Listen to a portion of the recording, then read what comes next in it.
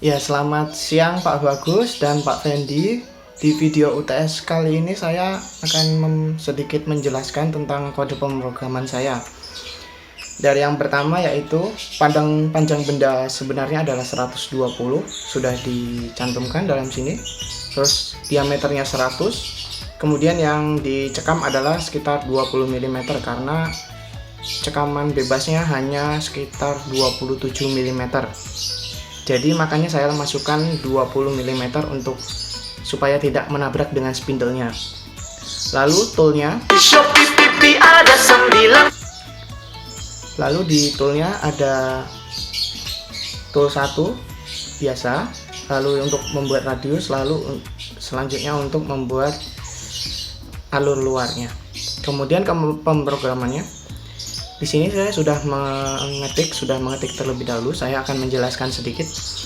T01 berarti kita ubah T1 tadi yang sudah kita masukkan. Lalu S800M3, maksudnya RPM-nya adalah 800. Lalu kita dekatkan G0 X 110 karena bendanya diameternya 100. Lalu G1 X 105 dan Z-nya plus 5, F-nya 0,2. Lalu mulai masuk ke pemrograman otomatisnya, yaitu mohon maaf kalau suaranya berisik karena ya begitu.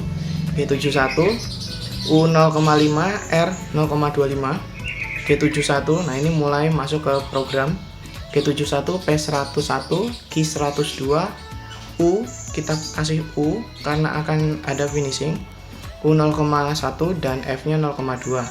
Lalu pemanggilan program N101 G01 X25,14. Kayak hitung dari penghitungan tangen derajat sama dengan A per panjangnya, per panjang sisi panjang sisi miringnya itu, bukan sisi miringnya maksud saya, sisi tegaknya dari itu kan nanti bentuknya segitiga sama segitiga siku-siku. Nah, itu salah satunya itu adalah 25 yang sudah tertera di soal.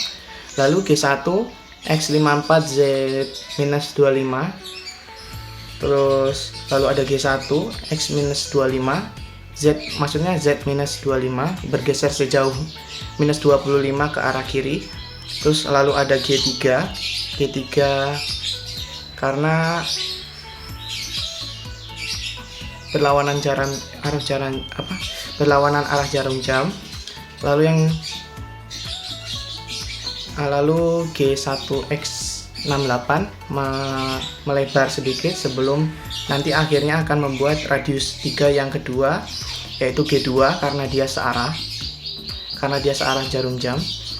Lalu yang kedua bergeser sejauh minus 90 ke kiri ya, menggunakan kode G1.